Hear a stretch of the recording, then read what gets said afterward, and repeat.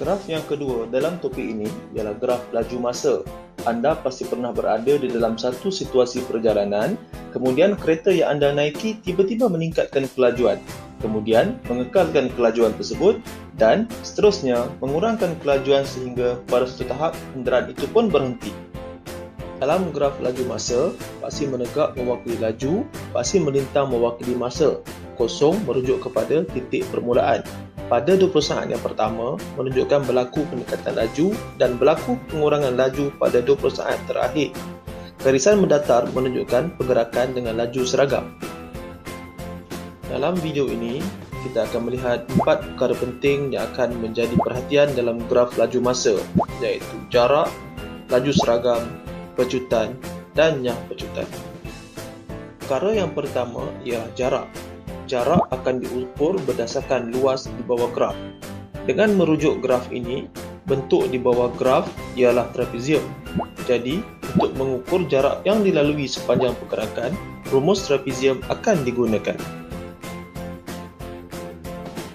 Perkara yang kedua ialah laju seragam.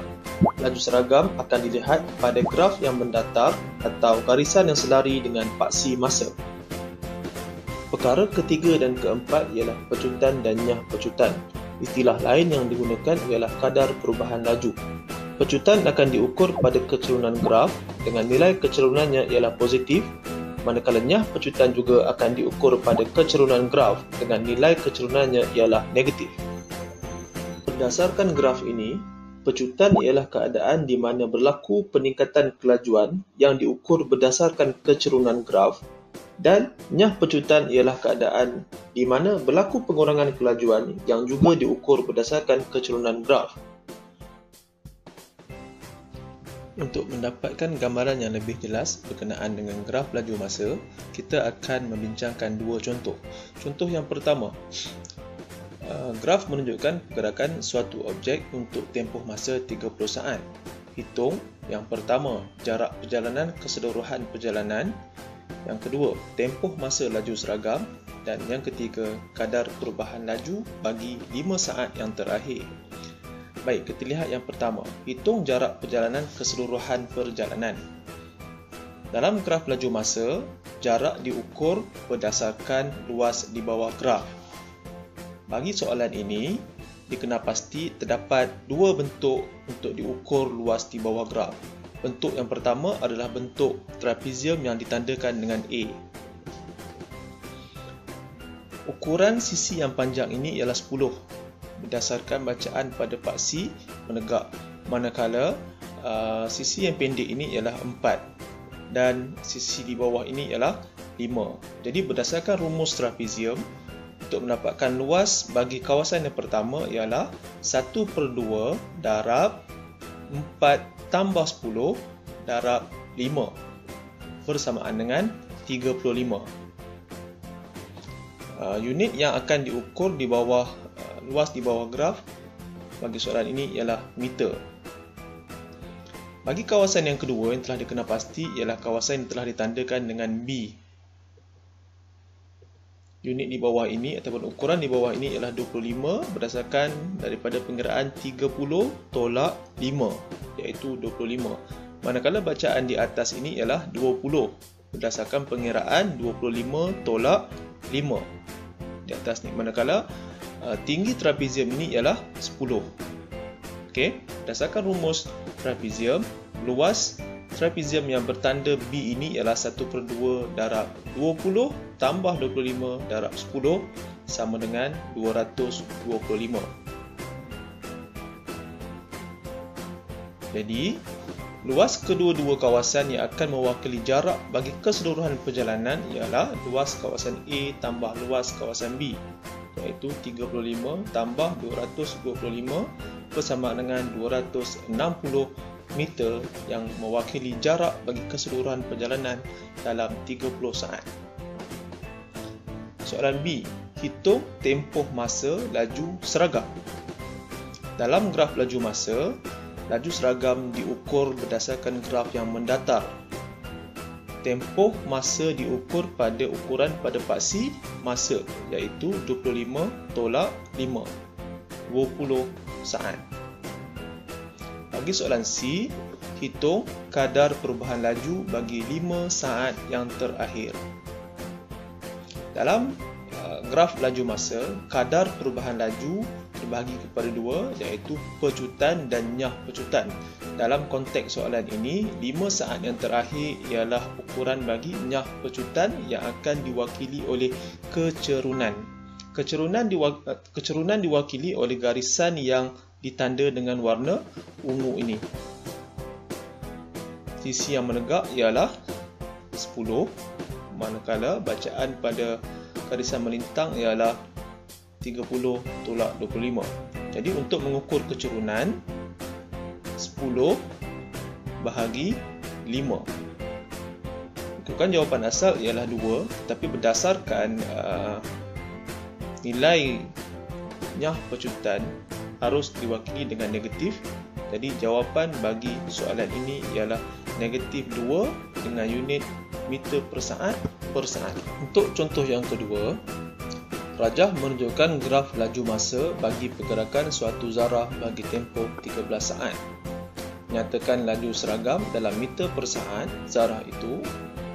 Yang kedua, hitungkan kadar perubahan laju dalam meter per saat bagi zarah itu dalam 6 saat yang pertama. Dan yang ketiga, hitung nilai V jika jumlah jarak yang dilalui dalam 13 saat ialah 223.5 meter.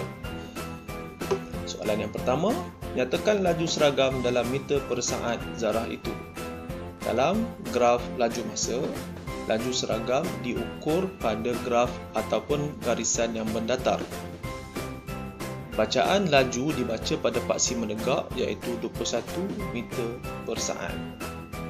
Soalan kedua, hitungkan kadar perubahan laju dalam meter per saat bagi zarah itu dalam 6 saat yang pertama.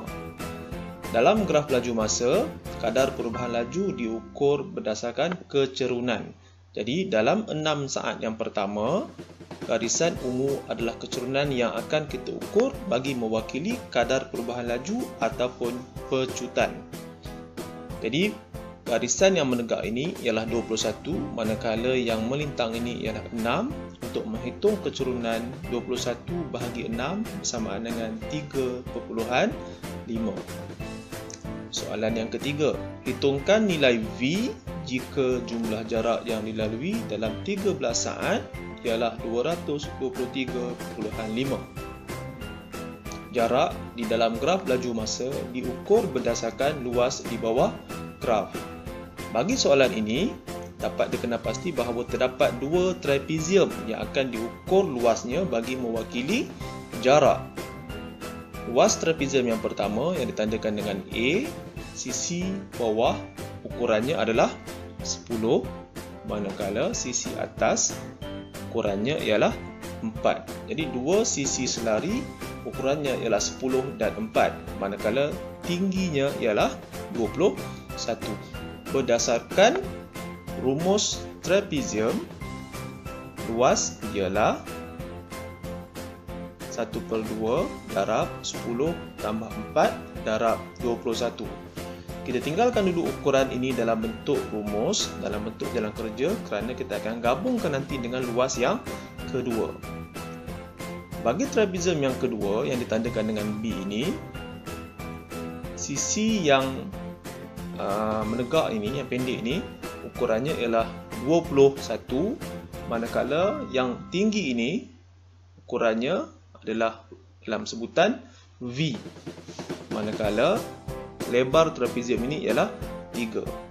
Jadi dua sisi selari bagi trapezium ini ialah 21 dan B. Berdasarkan luas trapezium, jarak ataupun luas sama dengan 1/2 darab 21 tambah V darab 3. Jadi kita akan gabungkan luas trapezium yang pertama dengan trapezium yang kedua, yang mana jumlahnya ataupun jumlah jaraknya ialah 223.5.